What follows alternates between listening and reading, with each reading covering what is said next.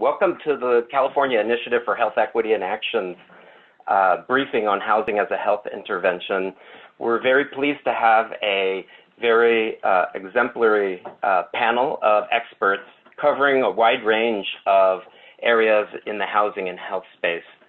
The California Initiative for Health Equity and Action is a research translation center that tries to disseminate faculty research into the legislature and into state health and human services agencies to support health equity policies and interventions in the state, and seeing evidence really show up into action in our policies and programs. And so today our briefing is focused on housing as a health intervention. We're really focused on addressing the gamut of interventions in the housing and health space. We have presenters Norwida Milburn, who's a professor at UCLA, who studies psychosocial interventions for adolescents in order to reunite them with their families, because a major reason for homelessness among adolescents is family conflict. And some of these psychosocial interventions are really ripe for testing and dissemination, and she'll talk about those. We then have Ben Henwood, a professor at University of Southern California, who's going to talk to us about housing first models and some of his related work on interventions in housing.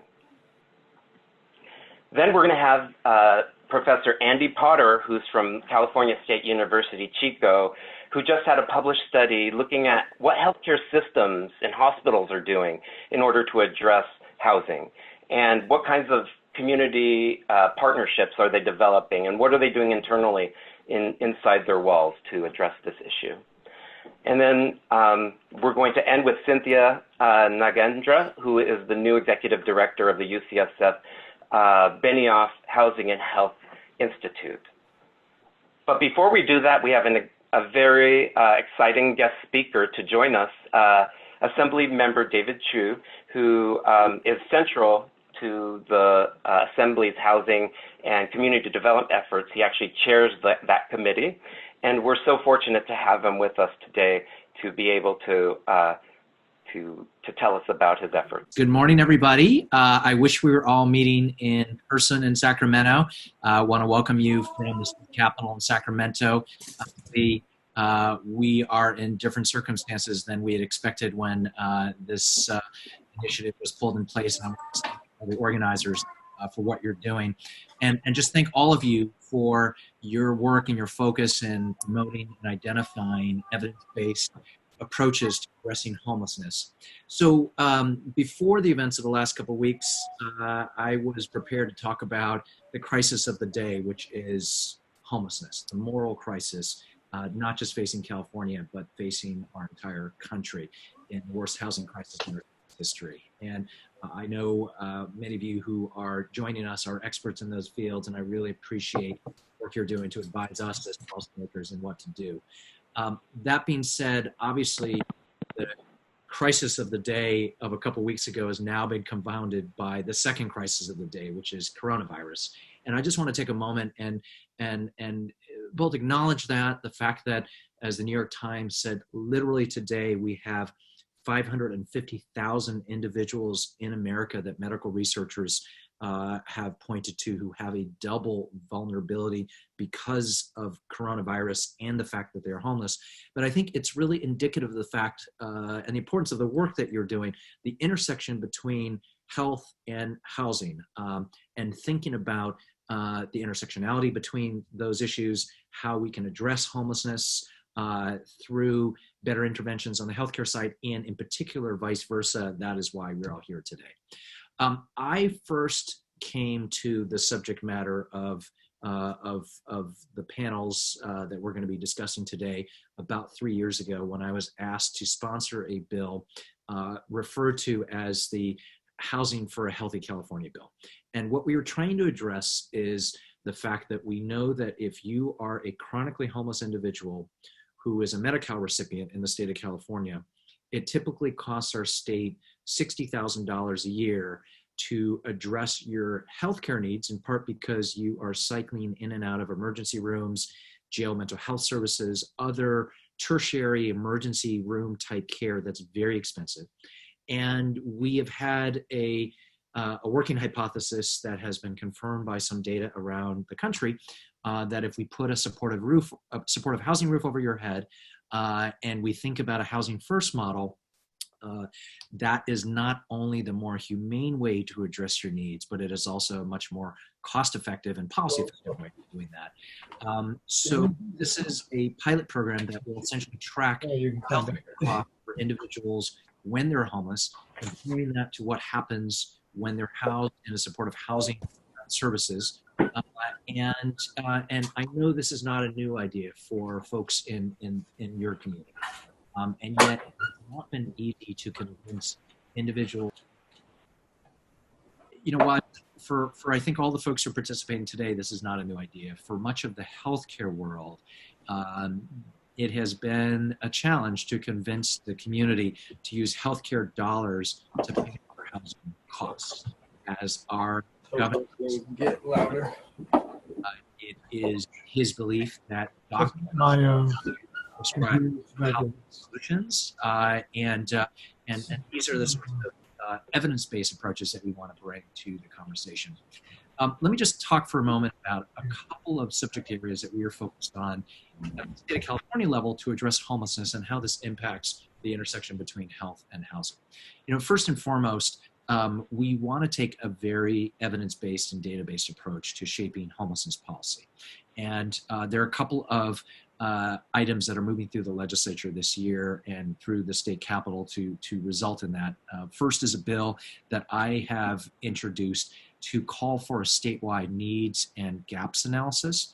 So the idea is to ask every city and county in the state to provide to Sacramento an accounting of what current funding and programs they have at this moment for homelessness, and then what is the gap between what they have as far as resources and what they need to have to end homelessness or significantly reduce homelessness. We've never been able to gather this data before in California. It's our hope that we'll be able to do that and obviously start to put the picture together of what we're doing versus what we need. That would help us figure out what we need to invest in steps forward. Related to that, Governor Newsom recently outlined his plans for a statewide homelessness data warehouse. And this is something that was embodied in a bill that I had in the last few years to really allow the state to have granular data, again, to understand what's happening at the local level in cities and counties, where are people homeless, and how can we better direct state and local resources. So that is sort of an initial level setting data and evidence gathering work that hopefully months. When I'm asked what is the state's role around homelessness, I often say there are three major arenas for us to engage in. First is to figure out how to streamline the delivery of funding and services, not just from the state, but throughout the state of California. I just did a hearing literally a few hours ago in my Assembly Housing Committee involving a bill where we talked about the fact that there are 13 state agencies that oversee at least 30 different programs that intersect communities who are homeless. And part of what we need to do is to do a better job of streamlining, of integrating, but also breaking down critical silos between policy areas, the healthcare system and the housing system being two of the most important systems we need to break down. But in addition, thinking about how the criminal justice system, the education system, the foster care system, the social service system touch and impact individuals who are homeless who are also impacting our healthcare system. So how do we better streamline? How do we better break down these silos? How do we identify individuals that are leaving a variety of institutions, whether it be a hospital, a healthcare facility, a criminal justice facility, et cetera, and connect them to housing. Related to this, how do we think about the new Medi-Cal, Cal-AIM program as a truly whole person care system so that housing is fully integrated in healthcare? So part of our exercise in Sacramento is just how do we facilitate the broader streamlining of homelessness? A second thing we need to do, and just as important, is we've got to have a conversation about the appropriate level of funding. We have in the last couple of years made one-time homeless funding decisions 2 years ago, it was about $500 million. Last year, it was $650 million. This year, Governor Newsom has proposed $750 million. I think many of us in the legislature think that we need to have at least a conversation in the billions of dollars. What is the right size of our investment? And then how do we actually fund it? We know we're not going to be able to rely on budget surpluses much longer, particularly with the coronavirus and the impact on our economy. How do we provide local jurisdictions and the entire state with the certainty that we are providing the right magnitude of a response when it comes to resources? And then the third area that I expect a lot of conversation in Sacramento is, what does accountability look like? If we are going to be delivering billions of dollars to local governments, to nonprofit organizations, to healthcare institutions to address homelessness, how do we ensure that we are all holding ourselves and everyone else accountable? I think the public has been asking the questions in recent years about the reality that billions of dollars appear to be flowing to cities throughout California, but the public continues also to see double-digit increases in point in time counts every time we do it. So how do we ensure that the monies that we're spending are put to best use? And how do we ensure that as we break down silos between, say, the healthcare system and our housing and homelessness infrastructure, that we're doing this in a way that, again, is humane and cost efficient? So with that, I wanted to just sketch this out. My hope is folks much smarter than me are about to share some of their perspectives, and my staff and I will be eagerly listening to their perspectives and yours, and very much hope that out of today's gathering online, that you will help us really understand what policymakers can do to address the most intense crises that we are facing right now as a state. Thank you. Thank you so much, Assemblymember Chu, for those remarks. Our first presenter is Norwita Milburn from UCLA, who is now going to talk about homelessness among adolescents. We'll be having, after each presentation, a short question and answer period for clarifying questions. Then our presenter, Eli, from UC Berkeley, is going to facilitate a broader set of questions at the end. So I'm going to turn the presentation over to Norwita now for her presentation. So I want to say good morning, everyone. Today I'm going to focus on youth experiencing homelessness. So I will start with a quick overview of their prevalence and characteristics, and then I'll talk about the efficacy of interventions to address some of their health problems. I will then focus on family reunification as an intervention strategy for homeless youth using an evidence-based approach called Support to Reunite, Involve, and Value Each Other, or STRIVE. In my presentation, family is broadly defined to include birth parents, foster parents, grandparents, aunts, uncles, as well as other caring adults in a young person's life. And I'm going to conclude with suggestions for policy and future funding strategies to address youth homelessness. So that's just my disclaimer, the support that I receive. I'm in the Department of Psychiatry at UCLA. Most of the research that I have done has been funded through the National Institutes of Health and various institutes there. In terms of the prevalence of youth homelessness, it's really challenging to get an accurate counting of the number of homeless youth that we have, whether we're talking about the United States, California, or Los Angeles County. And this is because factors such as how homelessness is defined, the age ranges that encompass being a young person, and how the counting is done all can have an effect on the numbers that we see. So I'm going to start with the US. So recent rigorous research using a national sample of adult households with a young person in the household provides national estimates for the prevalence of homeless youth.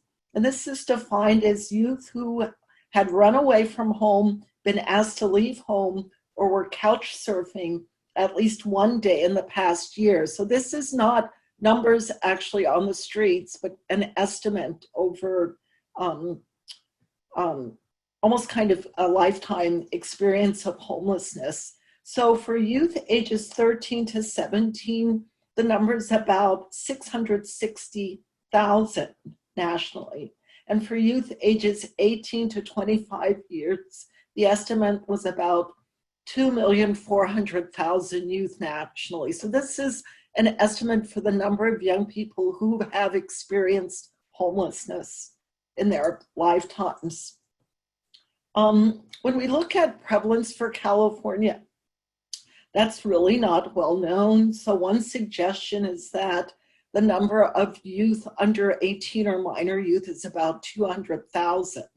For Los Angeles County, looking at the point in time count, for young people under 18, it's about 603. This is 2019 point in time, or the PID count, and 3,323 ages 18 to 24 years. So if we go back to the national data, when we look at characteristics or risk for homelessness, and this is based on logistical regressions and risk ratios, being a parent, African American, LGBT, or having less than a high school education are risk for homelessness among youth. For California, if we just kind of look at the characteristics of homeless youth, youth on the street are more likely or often older and male. Youth who are sheltered are younger and female. Again, we see an overrepresentation of LGBT youth, and again, parenting. We see youth are parenting. Just for LA County, the homeless youth we see here are primarily male. They're mostly African American and Hispanic or Latino. Again, we do see a number of LGBT youth, and when we look at some illnesses that we see substance use disorder and serious mental illness. So when we talk about interventions for homeless youth, we find that, again, with a rigorous approach to understanding interventions, doing a systematic review, we know that housing programs are effective in increasing housing stability. We're talking about models like Housing First. Cognitive behavioral therapy, or CBT, is effective in reducing depression, and family-based therapy is effective in reducing substance use. So why is family important? Why do we focus on family in the work that we do? Why consider families for youth who are often defined as unaccompanied and not with their families? So as was just noted, family therapy can be effective for addressing some health issues among homeless youth. We also know that young people who have good communication with and are bonded with a caring adult have better trajectories into adulthood, and they're less likely to engage in risky behaviors that can affect their health, such as using drugs, having unprotected sex, and engaging in externalizing behaviors. We also know from research that youth who have family connections are more likely to return to stable housing and remain stably housed. So this is not a political statement, this slide, but I do use it to illustrate that family conflict happens in all families. If you look at the faces of the Obamas in this picture, no one is happy. So this is like the best of families, a family that's highly resourced and well supported. I'm sure Barack Obama's thinking, oh my gosh, you just got off of Air Force One. We had a great trip. But there's clearly some conflict going on in this family. So homeless youth in both shelters and residential programs have reported that family dynamics are critical issues in leading to their homelessness. So we know that family conflict can lead to youth becoming homeless. So we also know that building positive connections for youth is essential to ending youth homelessness, and family interventions are one way to do this. Another recent study said that family members can be important sources of support and play a significant role in helping youth to regain a positive state of functioning after a bout of homelessness. Researchers have also confirmed that even if a youth is not reunified with his or her family, families will most often remain in youth's lives far longer than service providers, and youth generally feel a connection to families and maintain some level of contact, even when we see conflict in the families. So this slide just illustrates that family-based interventions are still a relatively unexplored area, and evidence-based ones are rare. By evidence-based, I mean they've been tested with a comparison or control group in an experimental or quasi-experimental design. STRIVE is one of 3 evidence-based family interventions for homeless youth. The other 2 are ecological-based family therapy and functional family therapy. So just a quick snapshot of this intervention. So STRIVE teaches youth to argue with family or caring adults and not leave home. It's evidence-based, it's practical, easy to apply, and can be customized to the local culture. The approach is client-centered and strength-based. Skills are responsible for the effectiveness of the intervention, and those skills are introduced, modeled, and rehearsed. So how do we reduce family conflict in this intervention? We help youth and family or caring adults gain a better understanding and awareness of why they feel, think, or behave the way they do. So it is a CBT model. We provide them with some strategic coping skills to help them better manage through situations and problems. We teach things like emotional regulation, problem solving. So why do we do what we do? So research has shown that healthy family relationships, goal setting, decision making, and self-reliant coping are protective factors for youth. And the goal of STRIVE is really to change the trajectory of risk for youth by focusing on building positive connections between youth or a caring adult. So we have been working on trying to scale up this intervention, not in California, but in Connecticut. In part in Connecticut because the service sector is less siloed. So we've been developing a proposal to test a statewide implementation of STRIVE. We've been working with the Connecticut Coalition to End Homelessness, and the coalition has been piloting the implementation of STRIVE statewide. Connecticut has approximately, it's much smaller number of homeless youth, 4,396 youth who are homeless or unstably housed. 74% are transition age youth.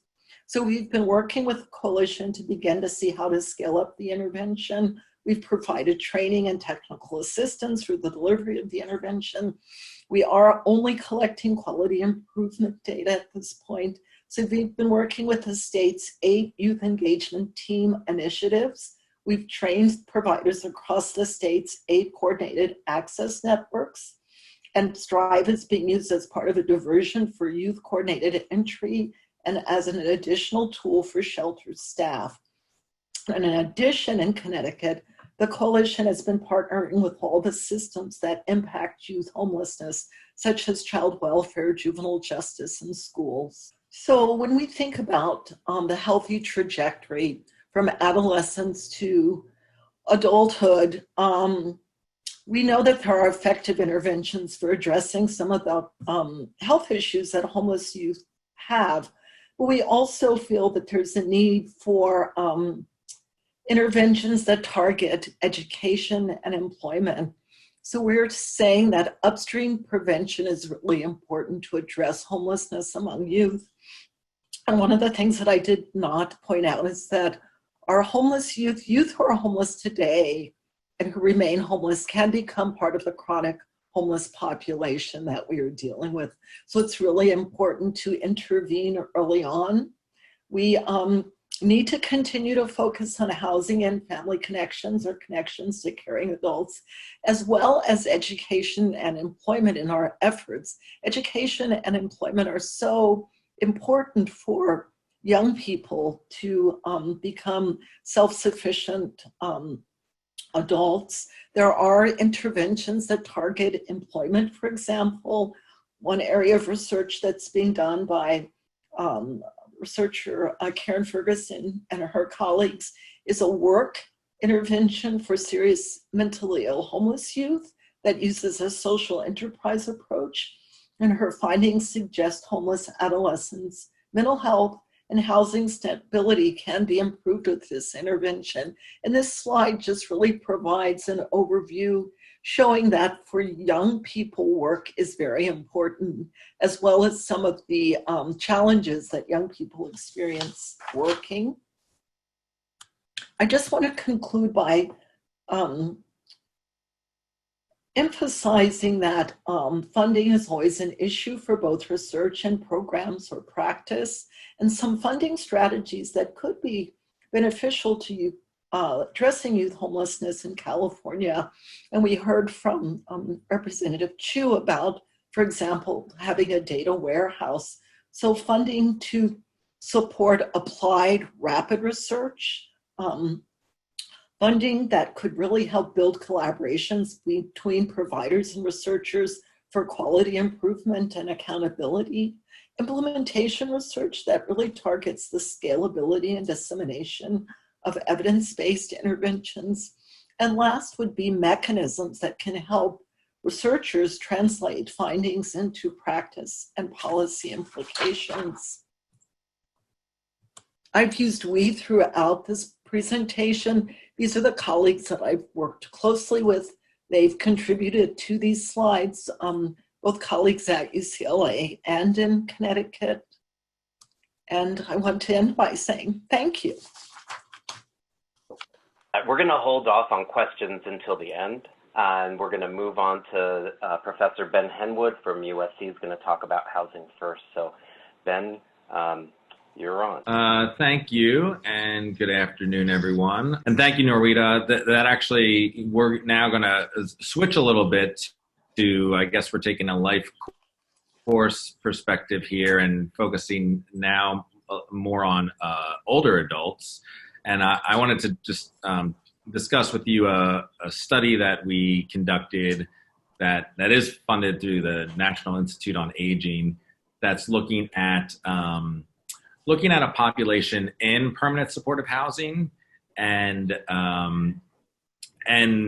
the implications of the study in terms of aging services that are needed, in particular fall prevention, that is a need in PSH. And so I just wanted to start by saying, you know, that this idea of housing as a health intervention is something that I've been thinking about for a while. And in 2013, we published an article that was really more of a thought piece, thinking through, well, what are the mechanisms that could improve the health of the people in permanent supportive housing, because we know that there's a good evidence base that it can effectively end homelessness, but exactly what are those mechanisms that would improve the health of the tenants? And just real quickly, the three that we outlined, of course, are actual healthcare and health interventions that could be delivered within a supportive housing context. But then the housing itself, and actually, you know, most of the literature that looks at housing talks about how poor housing conditions lead to worse health outcomes. There isn't a lot that's been done on how housing actually can improve health. And in fact, the National Academy of Sciences came out with a white paper last year that tried to look at the impact of permanent supportive housing on health outcomes. And one of the big takeaways that for me from that report was this idea, or what are some housing sensitive conditions that we might expect would improve when people can actually access housing. The final thing we explored in the paper was just actually thinking about neighborhood and built environments, or really from like a public health and urban planning perspective. We know that access to things like safe neighborhoods and parks can improve, you know, people's ability to exercise and walkability and those sorts of issues. So what are some of those built environment characteristics that we might see in permanent supportive housing that would lead to better health? And the last one that really we didn't look at, but also just we know that social networks are important and they impact people's health behaviors. So when someone transitions from homelessness into permanent supportive housing, what happens to their social networks and what sort of impact might that have on a person's health. So anyway, I just wanted to start kind of by in some ways, the work we're doing now, this was to set out kind of a research agenda at the time. And so we have been exploring a lot of these different issues in the past 7 years or so since that came out. What I wanted to talk about today, though, more specifically again, was looking at more the support services and interventions that could be implemented within permanent supportive housing using a housing first context. And I just wanted to, I'm not going to go into what housing first is. I think a lot of people have a sense of what it is, but just a few quick points. One is that we do know that it has a pretty robust evidence base that it can effectively end homelessness. And I say that only because we do see now moves, especially on the federal level, to move away from an evidence-based policy making on this issue. So I just wanted to kind of reiterate that it does have that kind of robust research support. And I think the second thing that doesn't get talked enough about, but I think it's relevant for today, is that fundamentally Housing First came about and should be driven by a person-centered philosophy. And so this idea that Housing First works in part because it matches what people want, need, and are asking for, specifically access to housing, with that resource. That's why we see it working.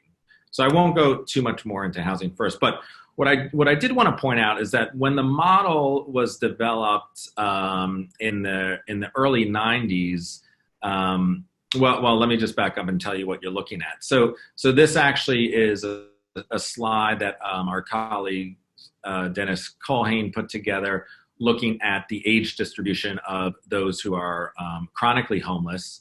And you can see, so the green line, what you're looking at is that age distribution in the 1990s or 1990, and in the red is from 2000 and the blue is 2010. And essentially what this points out is that we have seen a shift in the average age of the chronically homeless population, suggesting that they are a cohort that's been out on the streets for quite some time. And that in the 90s, when Housing First was developed, really the average age was in their mid-30s, right? And so the services that were put in place were primarily focused on behavioral health issues because that was the most significant issue. But as we've, over the past several decades, when the research started coming out in the early 2000s about the effectiveness of this approach, and now at the point today where it is federal policy to be using PSH and Housing First, we really have the target age is approaching their mid to late 50s, and we know also from the work of some of our colleagues, including Margot Kuchel and Rebecca Brown, that this is a population that experiences accelerated aging, so that even though they're only in their mid to late 50s, which doesn't maybe sound particularly old, their bodies present as much older, right?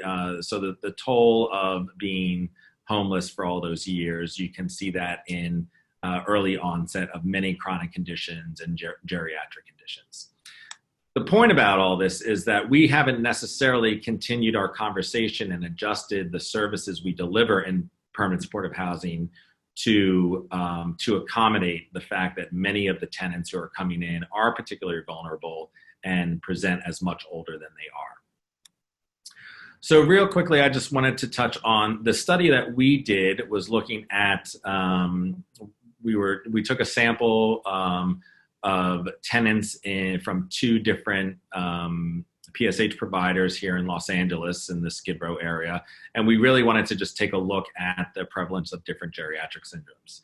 And this really built on the work of our co-investigator, Rebecca Brown, and some of the work she has done with Margot Kuchel. But what I'm presenting here is basically, you can see the blue is our sample, and at the bottom you can see different conditions, including impairment of ADL's activities of daily living. You can see falls in the prior year, difficulty with walking or balance, urinary incontinence, and frailty. So those are just some of the conditions we looked at. And you can see that the prevalence of these in our sample, which was a sample that did have an average age of 57 and an age range between 45 and 80, that, close to half our sample had one or more of a lot of these conditions. And what you're seeing, the comparison in this case, in the red bars there, is actually a community based group of people who are housed and yet in their 70s, 70 or older. So even compared to a community sample, a representative sample who are much older, our sample looks much worse, right? So that's the main message. But what stood out to us in particular was the amount of falls that we were seeing in that people were reporting in the past year. Over half our sample had one or more falls. So halfway through the study, we kind of looked, we tried to dig a little bit more deeply into this issue. And so we don't have information on our full sample, but for the 66 people that we started asking these additional questions, we wanted to know, whether they were injured in their falls, if they were serious, where the falls happened, these sorts of questions. And so the main takeaway from this, and the references are here, and I can share this with anyone who's interested, but we did see that, a large percentage had serious injuries from their falls, and that they were occurring both in their apartment and outside, and in different places. So it wasn't just in their bathroom, it was other places in their apartment. So what we're doing right now actually is we sort of surveyed the existing evidence-based interventions that could address this issue and landed on one in particular, known as the Capable model, that was really designed for people who are being discharged from older adults who are being discharged from the hospital, going back to independent living. And the Capable model basically consists of home visits that are done by an occupational therapist and a nurse who, on a time-limited basis, this is the intervention occurs over 6 months or shorter. It's intended to reduce falls and improve activities of daily living. And it has been approved as an evidence-based practice. We have seen better outcomes with this, including reduced costs, and it is now being implemented in 16 states across the country and internationally as well.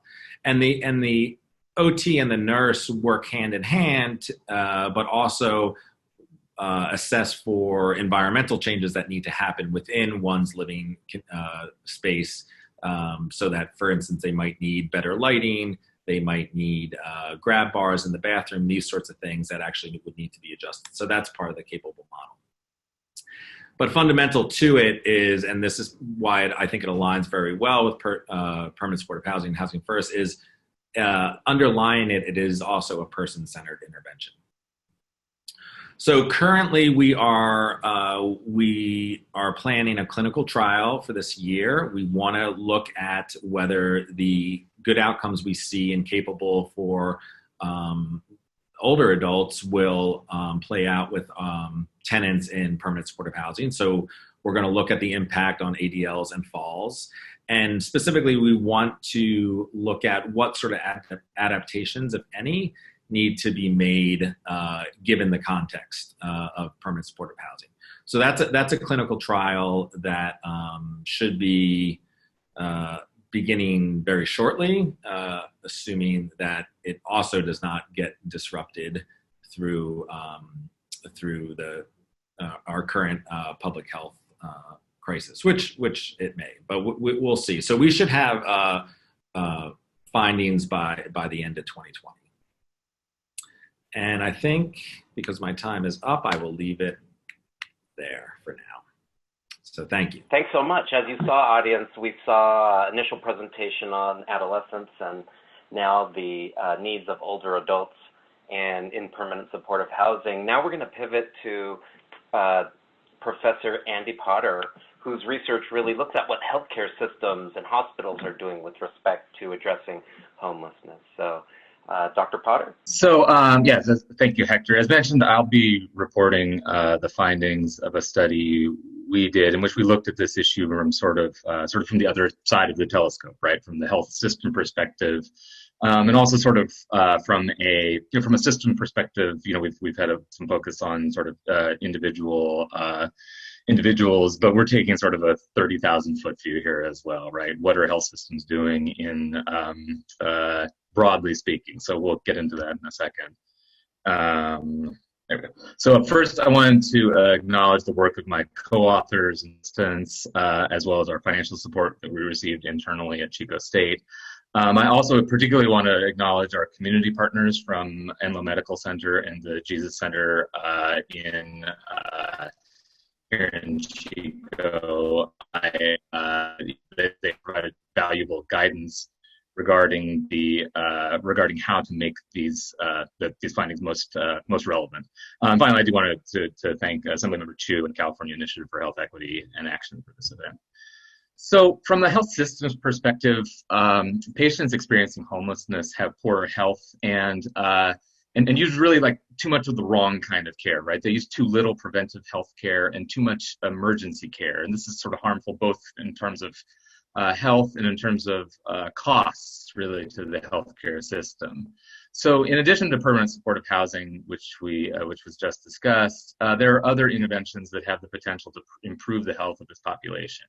Medical respite, which provides transitional housing with supportive, largely nursing care at the time of hospital discharge to patients who are not ready to return to the environment that they have available to them, as well as mobile medical clinics, which have the potential to, and in many cases do, provide outpatient care to individuals, both sheltered and unsheltered, who reside in the community.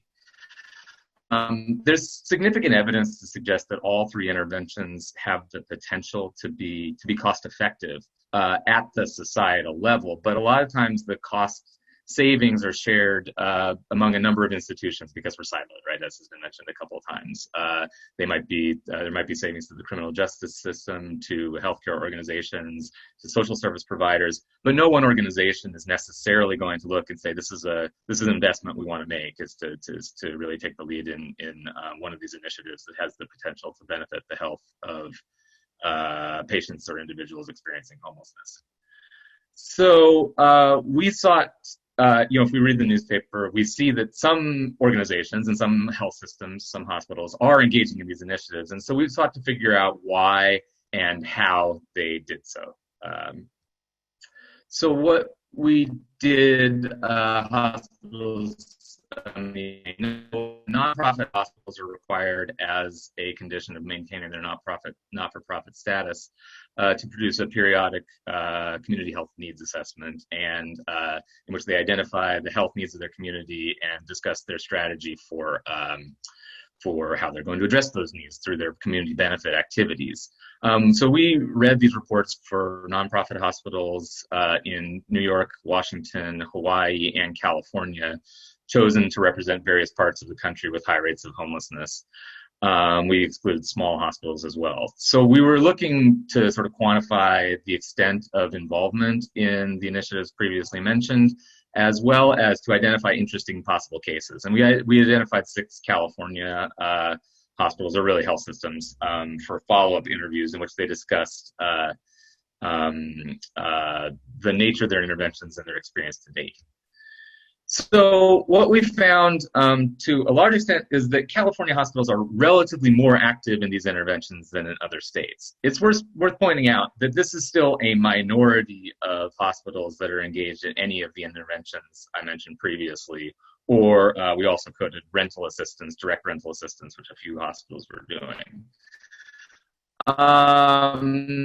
So 8% of hospitals in California and 13% across the 4 states were engaged in those interventions. A number of hospitals also reported some other type of activity. Usually these were smaller activities related to being part of a community collaborative, or maybe being involved in an initiative led by another organization in the community. And these, if we took sort of the broadest definition we could possibly take, about 37% of hospitals in California and 24% across the 4 states were engaged in these initiatives. Now, the most common type of intervention reported by hospitals, and again, I want to emphasize that we're looking at hospitals here, so this is part of what we're seeing, is medical respite, which was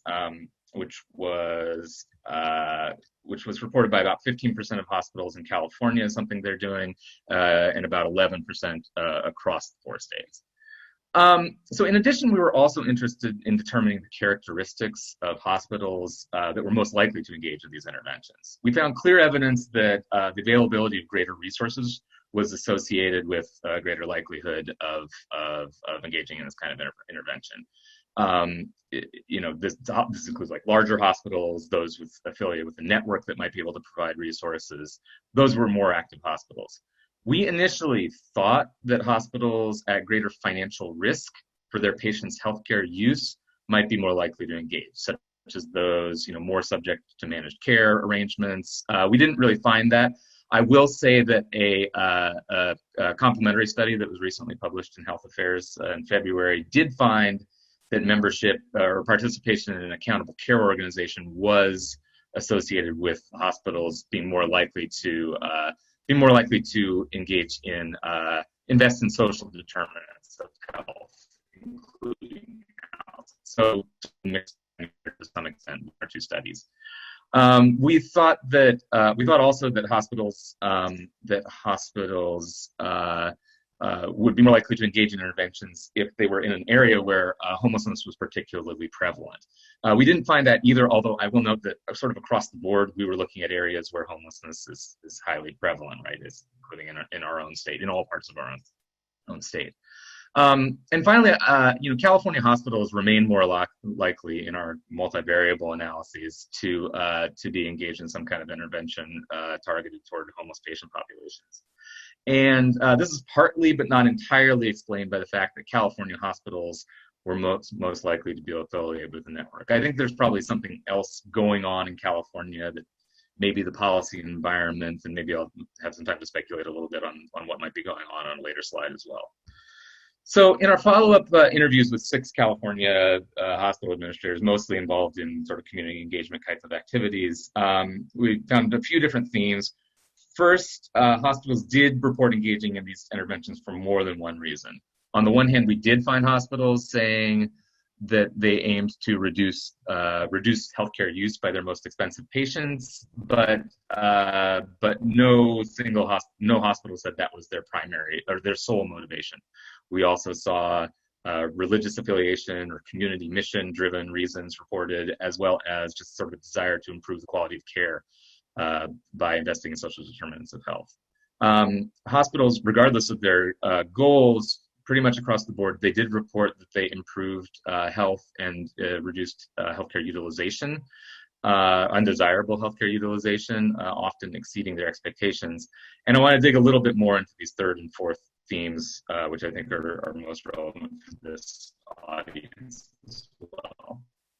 So most interventions were not broadly available to all patients experiencing homelessness. Most targeted a specific subpopulation of some kind. This was driven by one or two factors. Often hospitals were partnering with a community service provider that itself offered a particular kind of service targeted to the subpopulation, including women, for example, right? And so therefore the intervention itself would also be targeted to that group.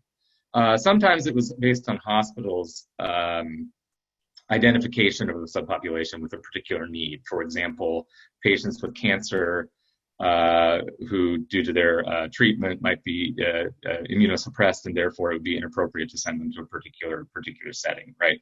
So, or those with high healthcare utilization, for example, right? Some hospitals identified their highest utilizers through their emergency department and focused on that. In addition, the importance of collaboration was sort of repeatedly emphasized. Health systems were most successful where the initiative was a true collaboration, right, in which each organization focused on its own expertise. As a counterexample, one effort that failed was an effort in which a health system was more sort of a purchaser of medical respite days from a medical respite run by a homeless services organization, and this fell apart when the organization sort of changed the price of the day that they were charging to the hospital, right? And issues like this, and I think this is illustrated in the second quote here also. The needs of each organization are different, and there was a requirement. It was sort of viewed as necessary to have a true partnership through which differing goals could be negotiated by the partners. And in addition, hospitals reported barriers to implementing these at multiple levels. Some of the other panelists speak to this issue of individual level barriers, such as instances in which hospitals or service providers offered a service that was not wanted by an individual, right? And so in that case, the intervention was sort of not successful. I think Ben spoke to that briefly, right, with regard to person-centeredness. I think I want to spend the rest of my time talking about these sort of local and state policy issues as well.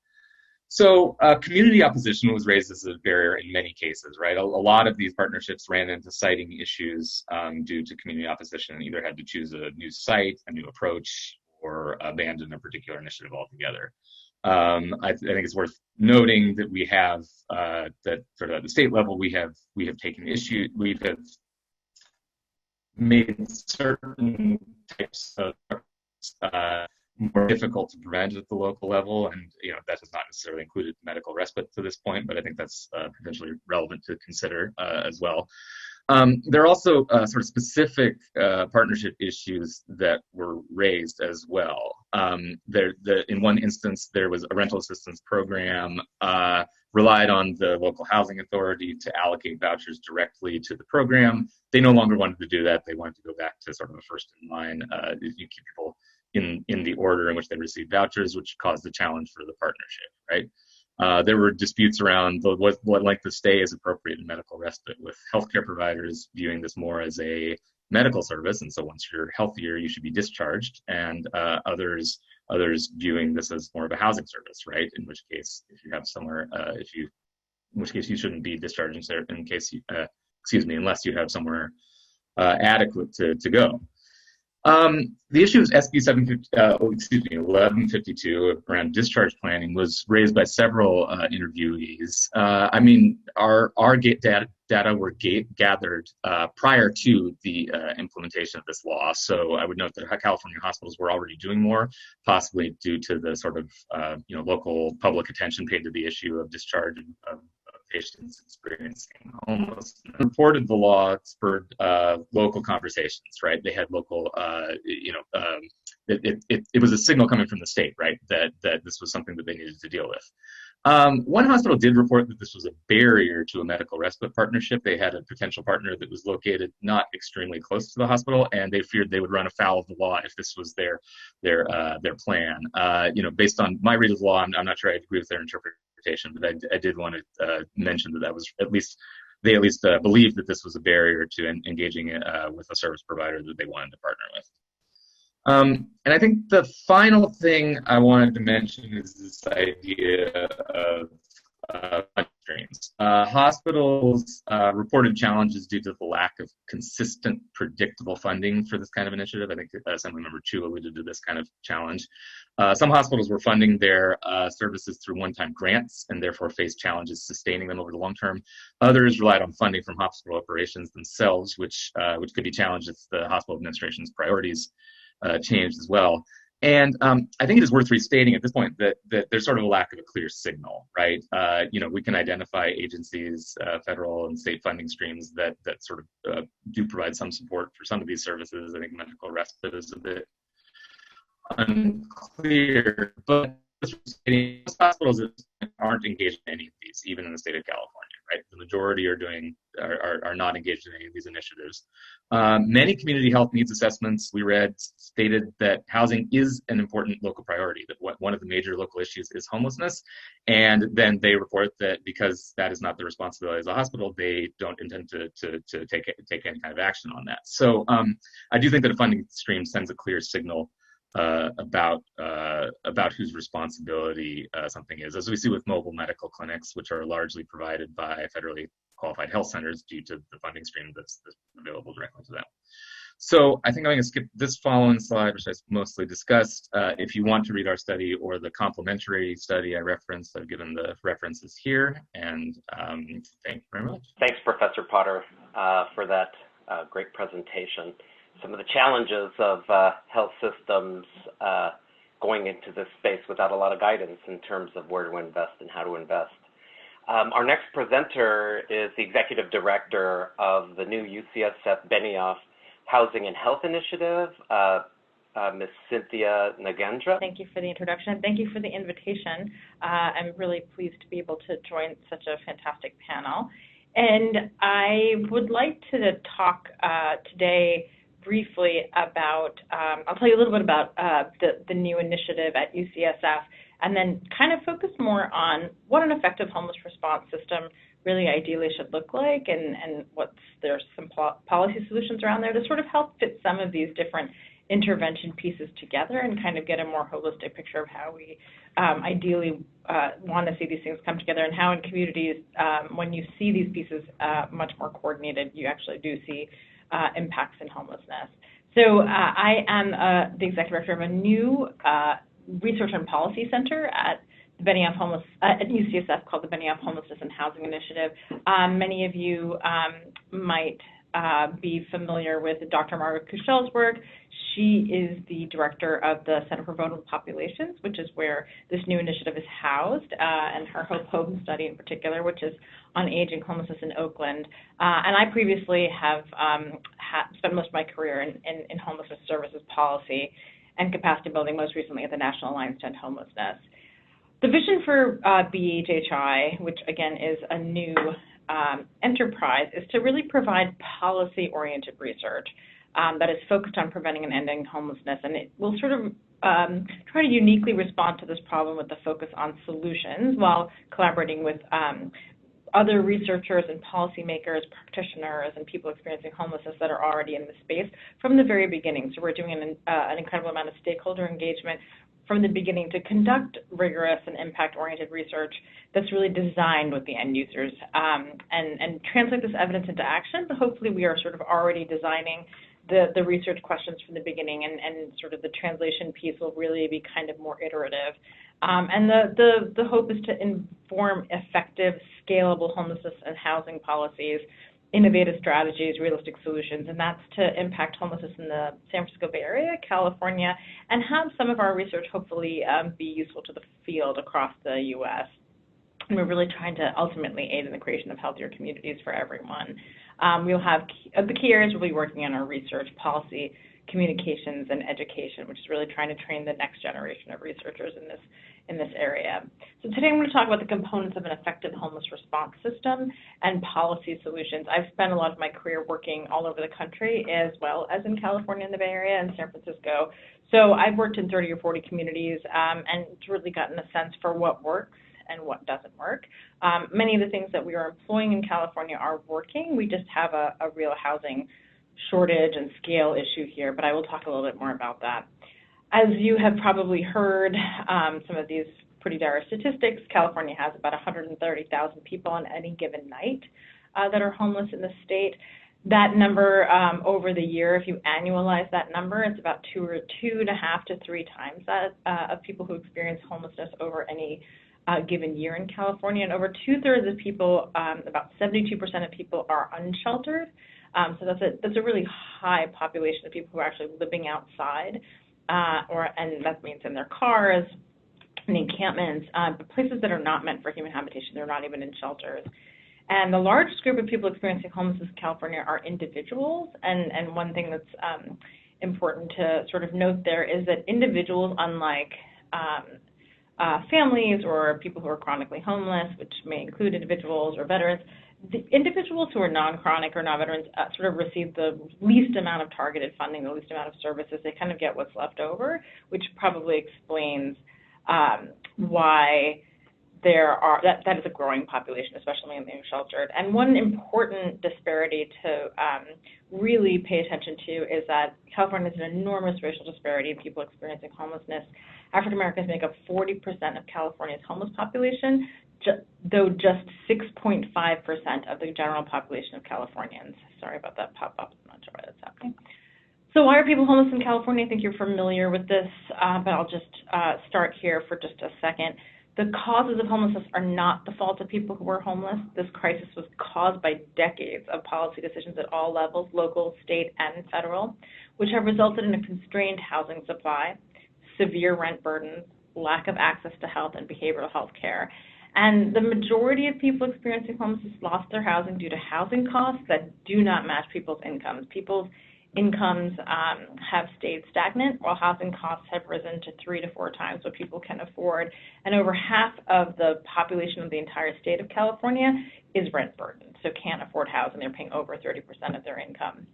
Lack of access to adequate health care and structural racism and other inequities are also major reasons that people are losing their housing. So I'm going to focus on solutions here. One myth I like to sort of start out with is that we don't know how to solve homelessness. So people look around and they see what's happening in their communities, they see what's happening on the streets, and they must think, well, we obviously don't know how to solve this problem. We've been throwing money at it, been trying different things, but we must not know how to solve it. But the fact is we actually have a lot of evidence, which I'm sure you've heard from other panelists, of what works to end homelessness. We know that the solution to homelessness is housing. Very, very simply, a difficult market-based solution, certainly difficult in California, but the evidence, and we have years and years of evidence to show us that the solution is really the most effective way to get people to exit homelessness, to stay housed, and to be able to address their health and other individual vulnerabilities that have maybe contributed to their homelessness or were exacerbated during homelessness, but housing is really the platform to give them the ability to do that.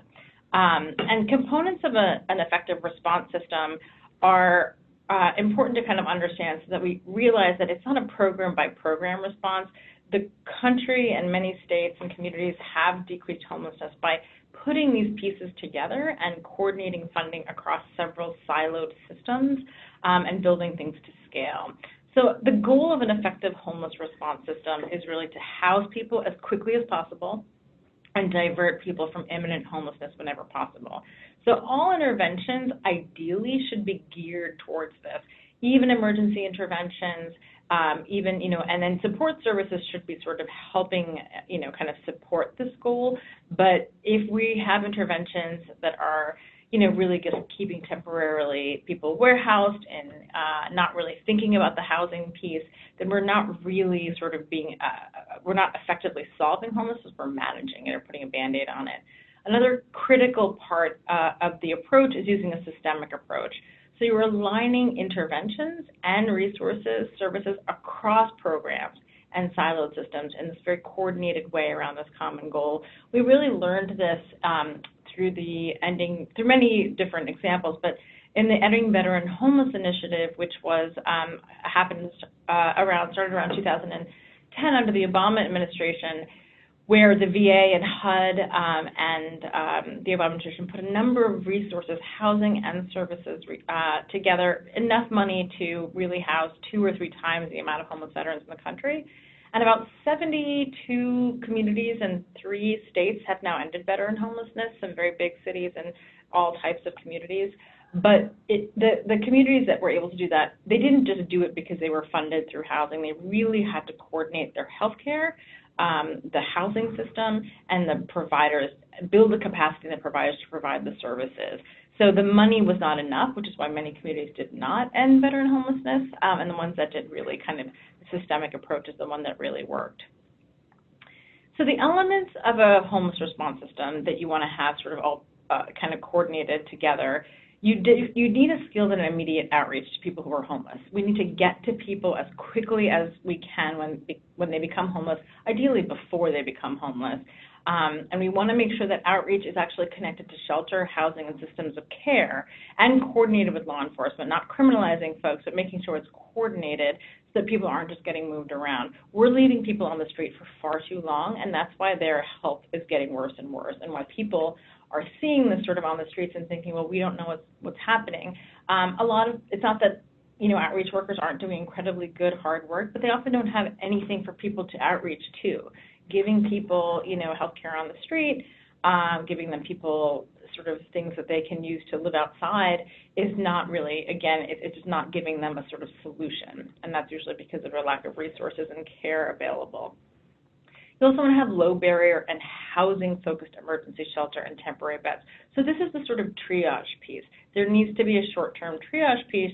This includes navigation centers, community cabins, sprung structures, all these things you've kind of heard about happening in different communities. The key is to make sure that they're accessible and designed for people's needs and that they're completely focused on housing. You want a range of permanent housing options, and that can include self-resolution services because a significant percentage of people actually self-resolve on their own with very little help or almost no assistance, diversion from homelessness or prevention services, very flexible financial rental assistance, and that might also include shallow subsidies or one-time assistance before or after being housed. Rapid rehousing, which is a short, medium-term rental subsidy, which includes move-in support with professionalized housing navigation and housing search services. Oftentimes people will say that rapid rehousing doesn't work so well, and then people can't afford their housing. A lot of that has to do with the fact that housing is very expensive, but also the rental assistance doesn't necessarily come with the housing services that people really need, and doesn't help sort of increase their income so they can keep that housing. Permanent supportive housing, which is really for a smaller percentage of the population who have very intensive needs, often people who are chronically homeless. That's a long-term rental subsidy with intensive services. Of course, vouchers, which ideally we would love to have for everybody. Policy-wise, we know that is a very difficult battle. National and community supports are really important in coordination of mainstream systems of care, health, behavioral health, employment, and housing stabilization support services. So this is kind of the picture you want to have for a real robust system that really responds to the emergency of homelessness, and obviously requires a lot of coordination. And to increase system flow is what the goal is. In other words, we want to increase the flow of people from homelessness to housing and make that as quick as possible and prevent homelessness where we can. Most communities are experiencing poor system flow, unchanging or increasing number of unsheltered people, wait lists, long lengths of stay in shelter, and that's just sort of serving as their housing or living on the street. High percentage of exits from shelters actually back into homelessness because there wasn't really any housing services for them. Inflow into homelessness is steady or increasing. Long wait lists for housing. Significant amount of people aren't getting any kind of assistance. So this is kind of we have a lot of sort of bottlenecks in many communities, and this is what a lot of communities end up sort of having to deal with because they don't have all of those pieces. So some policy solutions it's really not rocket science. It's sort of short-term and long-term. So it's investing in building extremely low-income housing to match the actual need to deal with the housing shortage and really building housing at all levels.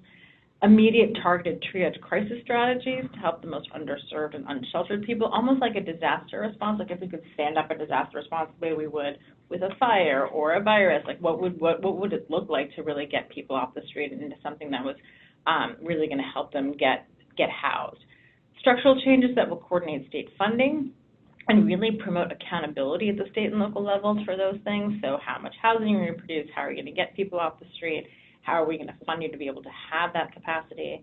Greater access to health and behavioral health care, and that's preventative before homelessness, during homelessness, after housing. We don't want to wait till people are in crisis, which is often how our systems are set up for health care. Building capacity in providers to navigate the existing housing market, which means professionalized housing services, a greater investment in state policy advocacy resources. There's very little advocacy happening at the sort of people doing advocacy. The public's education of what works and what doesn't, and more research to observe and test innovative programmatic approaches. And so the short-term ones, as I've talked about, these short-term strategies are really the sort of ones that we need for immediate response. Shelter should really be part of a process of housing, not as a destination. So we talk a lot about why don't we build more shelter. They need to be attached to housing resources, or people are going to get stuck there. People need access to flexible financial assistance, flexible funding pots. The Flexible Housing Subsidy Pool in Los Angeles is an excellent example of how to braid and blend funding across different siloed programs. I can talk more about that.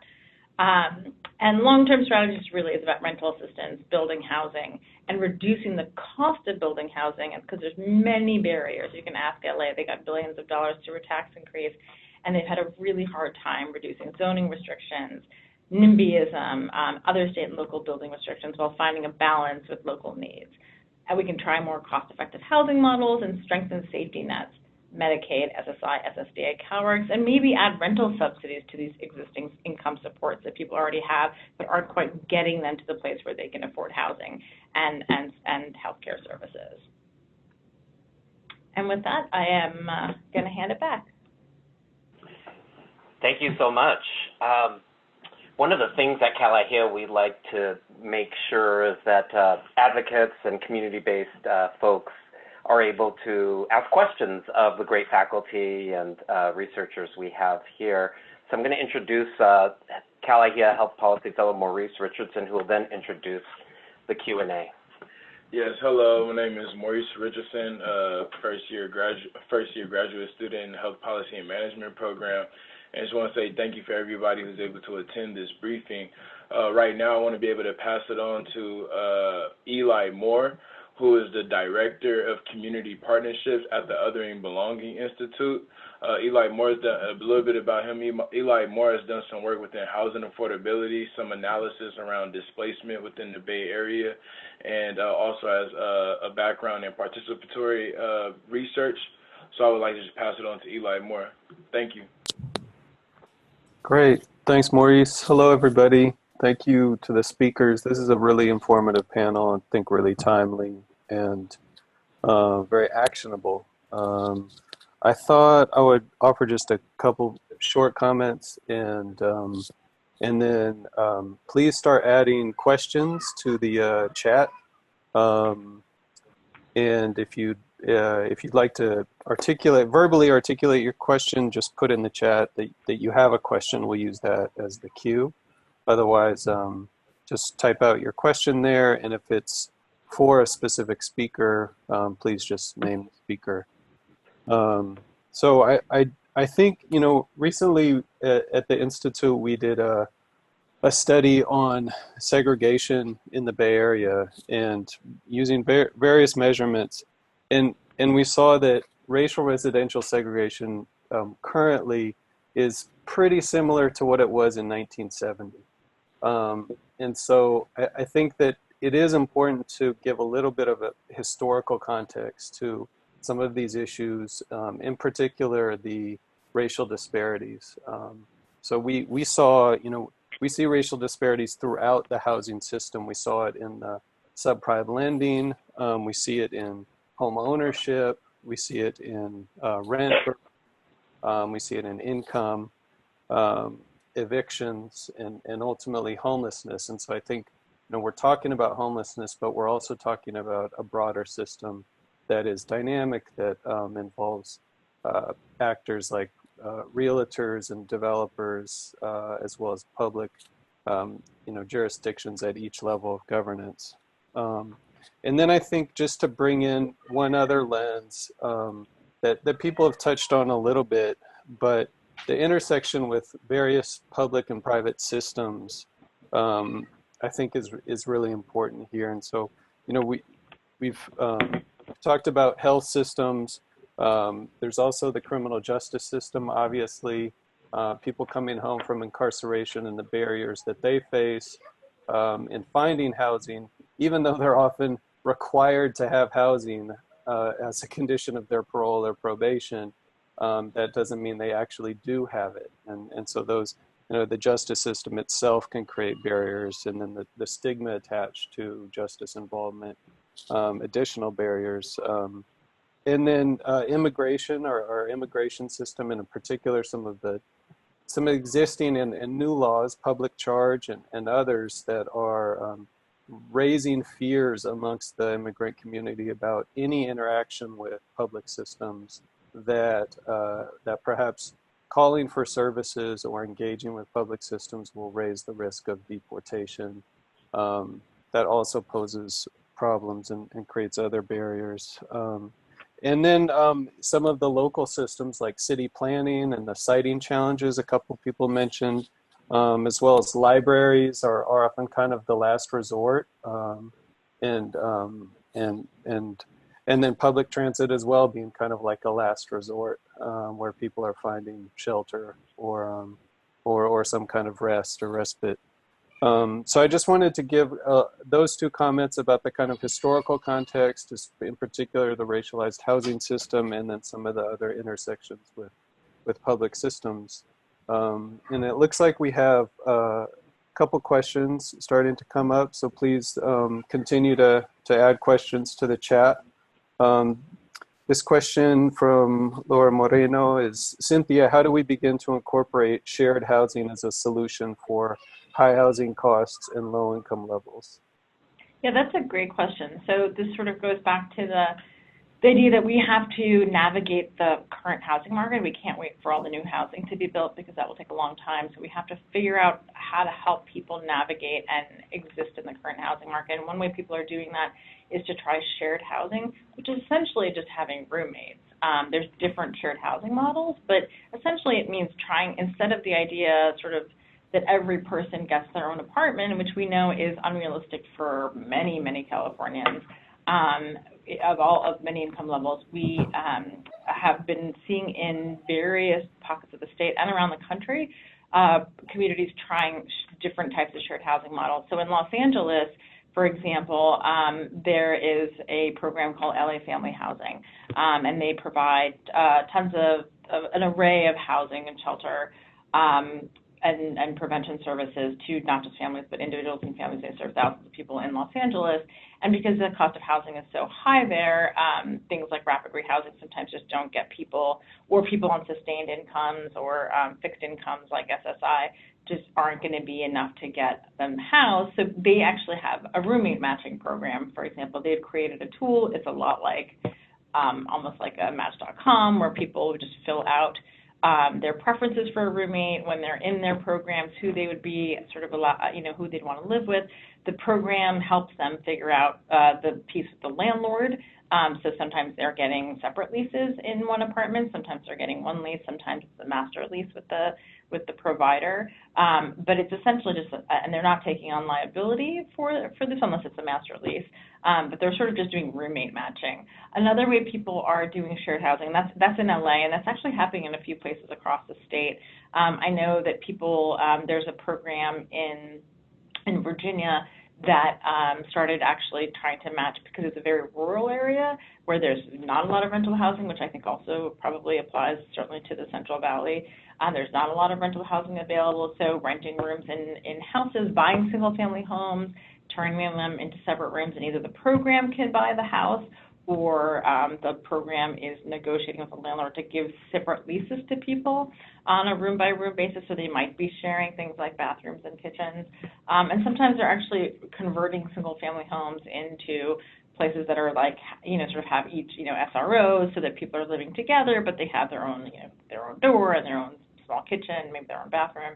And so in this program in Virginia, they actually started pairing people together in a rural area that are chronically homeless, thinking that might be really challenging, but they've been able to figure out kind of ways to match people together. A lot of times seniors want to live together. They don't want to live alone. People who've been living in encampments don't want to live alone. They like the community. They miss having a community.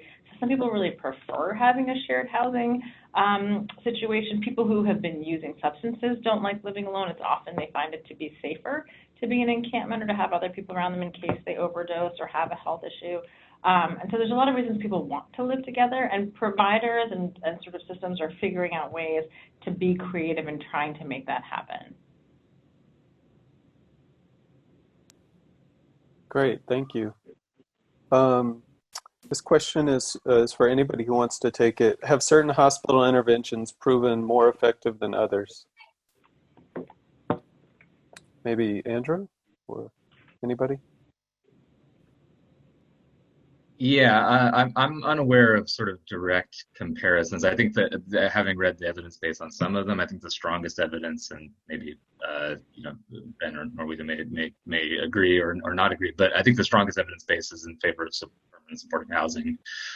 You're partly that's going to be due to the population that's targeted, right? And it's going to depend what we mean by more effective, also, right? If what we mean by more effective is reduction in healthcare expenditures, you're targeting a population that very often has, chronically homeless population that has a very, very high rates of health expenditures. Similarly, people with a lot of health needs, so their health has more room to be improved. So I think that's where the strongest evidence base I've seen, but I'd be interested to hear the thoughts of others as well.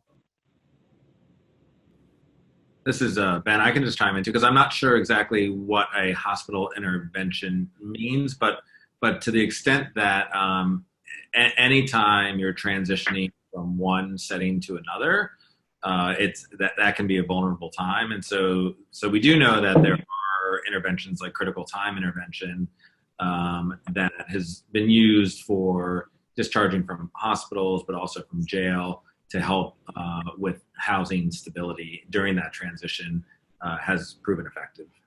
Great, thanks all.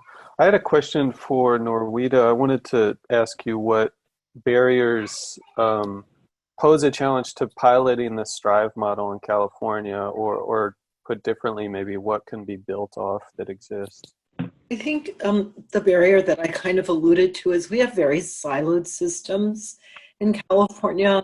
In Connecticut, for dealing with young people, the systems are not as siloed in that they do interact with one another. They seem to be less territorial. Some of the funding streams support not having siloed systems, and we don't see that in California. So, for example, I mean, when you look at, when you're talking about interventions for homeless adolescents, if you kind of step back and think about kind of what do all adolescents need for healthy trajectories. So education's important. At the end of education, employment's important. And, when we address kind of how to work those systems together to meet the needs of adolescents, then I think we would see better outcomes. But our service sector are siloed, and that I'd say is a major barrier. Okay. And Ben, as far as the implementing or advancing a housing first strategy statewide, what public policies or public investments do you think would make a big difference? Yeah, I mean the issue that Cynthia spoke to is housing first is effective when you have the necessary components, which is the housing and the support services. So the lack of housing is just critical and sort of the huge elephant in the room in all these discussions. So anything that's going to support the expansion of housing, but at the same time, the supports are also critical, if you're talking about permanent supportive housing.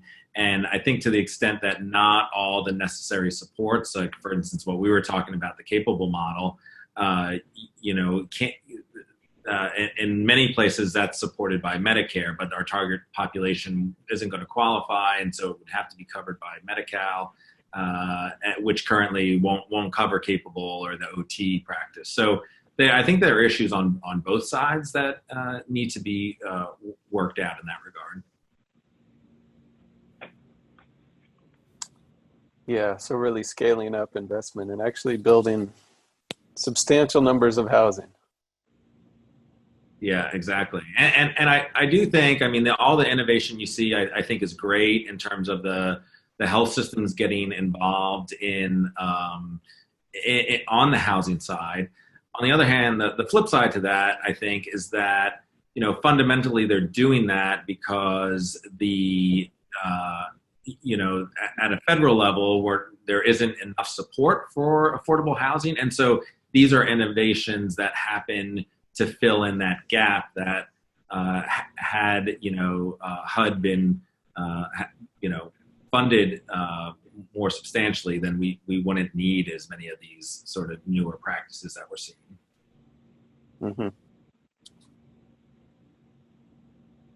And Andrew, you mentioned that the hospital initiatives are cost-effective system-wide, but not for individual organizations. And so I wanted to ask what approaches for collective action you've seen, and what might create a kind of platform for that. Yeah, I mean, to the extent that these programs need to find funding, right? They've either been, hospitals in some instances have felt some motivation, right? Either they're trying to reduce the healthcare utilization of their own patients, right? Which is one form of motivation, right? You can sort of see the disconnect between what Ben was just saying, which if our goal is to have healthy people and housed people, right? That's not exactly the same as the goal of reducing healthcare utilization, right? But nonetheless, some have found it. Some have found that to be a motivating factor. I think, in a lot of instances, I think what would help, right, is a clear, so with regard to medical respite in particular, I think what would help is sort of a clear funding stream. And I understand that the CalAIM, the new Medi-Cal, the Medi-Cal waiver renewal may enable Medi-Cal plans to offer that kind of funding stream, right? I'm not sure if the plans will necessarily choose to offer that kind of funding stream, or if they will choose to do so in a way that people think that organizations feel is sustainable. But I think the question you raised is a challenging one. It's like, who's going to take, at least from the health system side, right? I mean, I think, what Ben's suggesting is we have an agency who could take responsibility for this problem. From the health system side, in the interim, it's not clear to me, who is going to take ownership of a local problem, given that they may or may not recoup their investment, so to speak. Mm-hmm. Thanks. We have a question here for anybody. Has there been any successful models that combine youth interventions upstream with the senior aging in place shared housing? How have these types of living situations differ in rural versus urban settings? So I have recently heard about a program, actually, but this was in Australia, that was sort of pairing seniors and youth to be living in the same home. There's a program in New Zealand and in Australia, I can't remember where it started first, that is essentially trying to pair people, young people who want the kind of structure of a family setting or an older adult in the home, and then also there's situations where seniors want support at home too. So I'm not sure if Norita, you might have more ideas about that.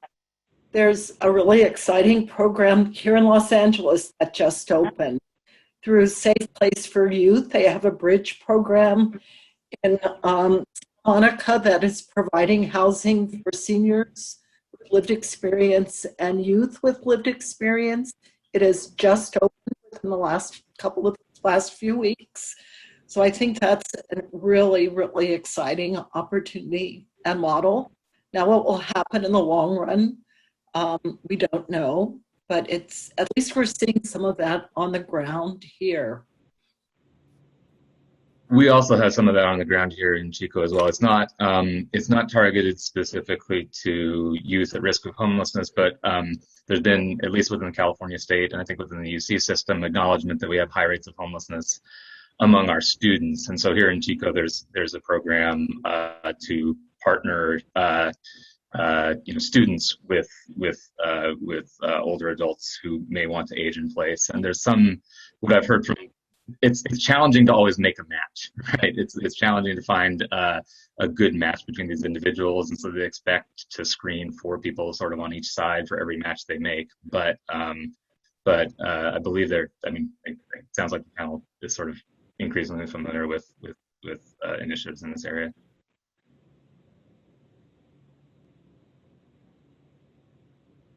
Great to hear about those examples. We have another question here. You see nonprofit health systems making housing investments due to community benefits requirements or other value-based payment incentives, but are there any examples of non-health for-profit companies, i.e. Zillow or Redfin, making investments in programs connecting people to affordable housing related to programs that connect, programs that connect individuals to professional services. This is Ben. I mean, I'm not entirely sure that I know of that kind of specific example, but what I will say is you are seeing more for-profit companies, particularly in California, putting money into housing in different ways. So, different announcements from Apple putting $2.5 billion. It's not necessarily all for affordable housing, but I think there's a recognition, especially maybe even some guilt for some of the inequity that's driving high rates of homelessness into housing, but not specific to that question, no. Yeah, and Zillow did put some money into research or using some of their data to show ties between homelessness, rent increases, and across certain geographies, and homelessness. Like in LA, they put out something about a year and a half ago that said about a 5% increase in rents in LA translated to about 2,000 more people experiencing homelessness there, which is one of the highest correlation areas. I will say that the nonprofit programs that are kind of finding the most success in placing people in housing, that have really robust housing navigation, landlord engagement, services, incentives in very expensive parts of the state, have essentially professionalized their own services. So what's really needed for those providers, the ones that are trying to put people into housing, can't have social workers doing it. It's a totally different set of skills. And so programs are having to, and this is a funding issue too, really build capacity and pay their staff and build that really professionalized housing, sort of property management, housing search, landlord engagement services, pay staff that are professionalized to do this work, and they're kind of building that capacity in-house. It would be great if they could use, more for-profit services, but they're often having to build that themselves. So I had a question related to the current situation with the coronavirus and just the heightened public attention around exposure and how that may color people's lens or concerns around people who are homeless or services or centers for homeless people, and there was already stigma attached to this community and the services, but we can also think about kind of public health paradigms that may shift that frame, and I'm just wondering, what if anybody has thoughts on or advice or guidance on this current moment and how to speak to these challenges. So I'm not a doctor. I'm going to just quote, though, Dr. Kuchel, and she's been having to speak a lot on behalf of UCSF about this issue. And following guidance from the Department of Public Health in San Francisco and the CDC, HUD also put out some guidance to help providers who were outreach workers and shelter providers and people working with people who are in closer quarters that may be very vulnerable, which is largely a lot of people experiencing homelessness.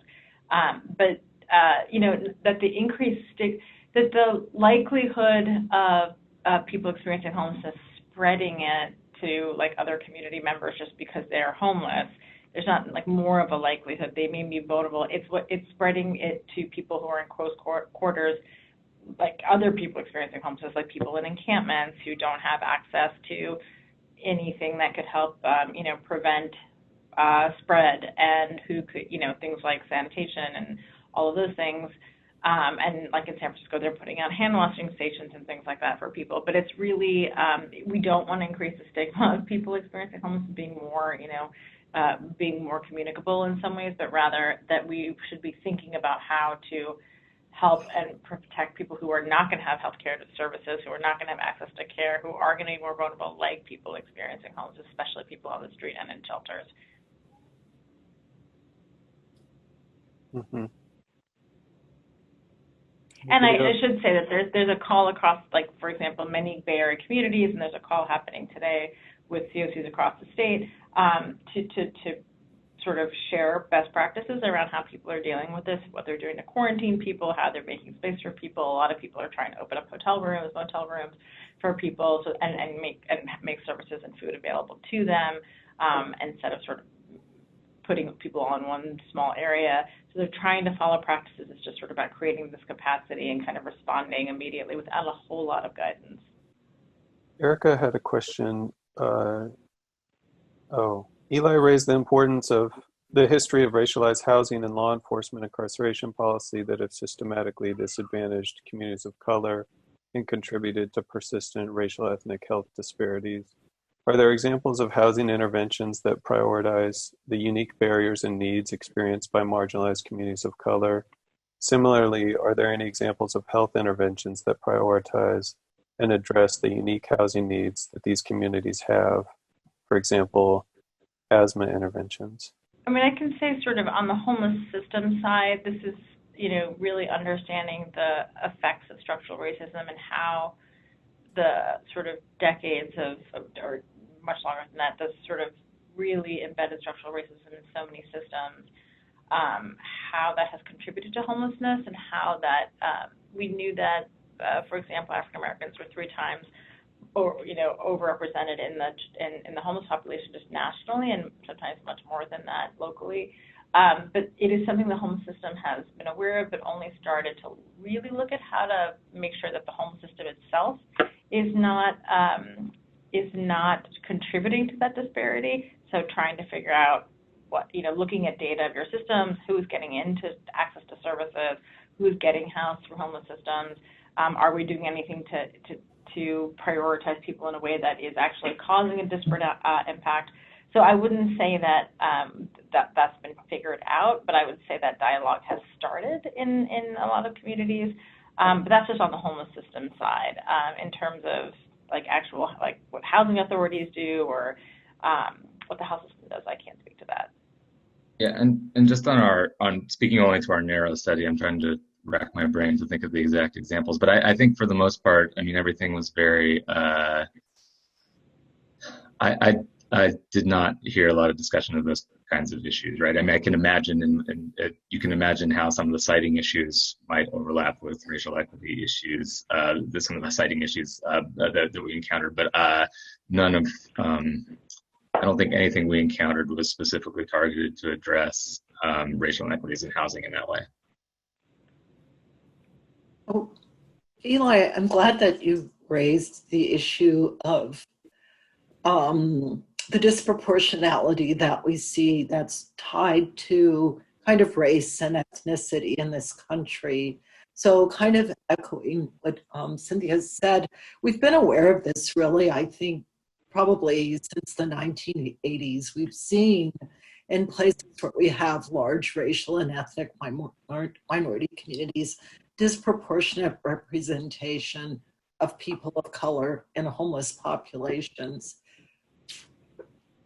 So it has been a problem, but I would say more recently, it's an issue that's getting much more attention, and people are beginning to kind of, I think Cynthia's at least described on the service sector side, ways to begin to intervene to make sure that there's not systemic bias built into the service sector. And people are kind of giving more attention to these kind of larger social determinants and addressing homelessness. But it's really, I'd say it's still, I'd say at the discussion level, and we're not seeing it as much in interventions yet. But I think that may be coming.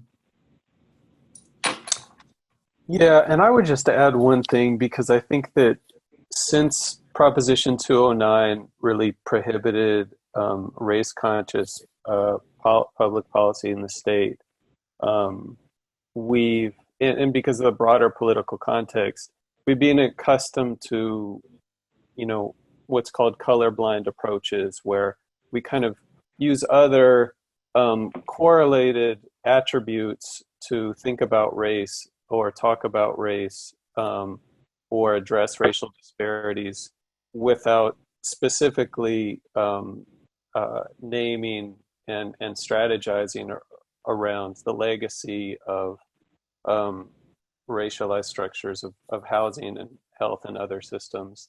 And so I do think that as kind of a community of peers, we need to question that kind of received wisdom, because from our research and others, it really hasn't worked to just counter bias or to try to create policies that address racial disparities without ever naming race.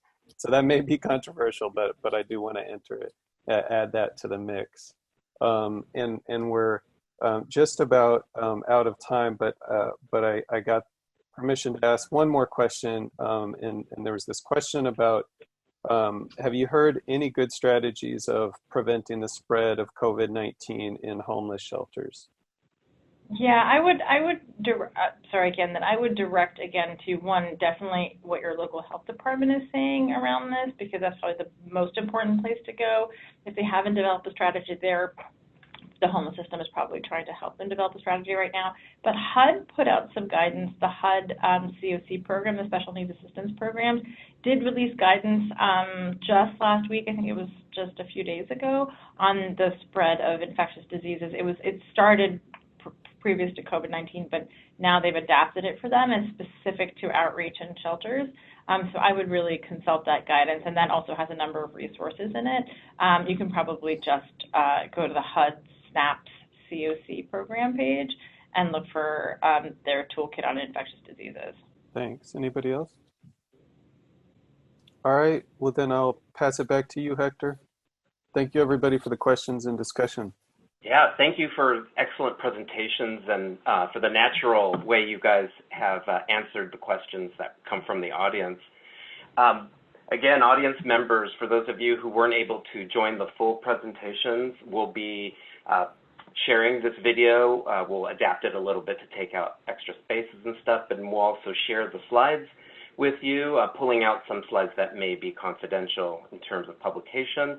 But look out for this sometime by the end of the week. Again, I'd love to give a round of applause to our esteemed faculty for excellent presentation. At Cal IHEA, we have quick strike consultation opportunities, and the esteemed faculty here who are doing the cutting edge research in housing and health may be available for consultation. At Cal IHEA, we actually provide support to faculty to enable them to interact with you all on the policy development side, as well as any other scientific consultation needs you may have around this issue. So please connect with Marisa or me if you do have want some scientific consultation. We can definitely connect you to faculty here, but also across the system. Thanks so much for your time. Everybody stay safe, and thank you for the one.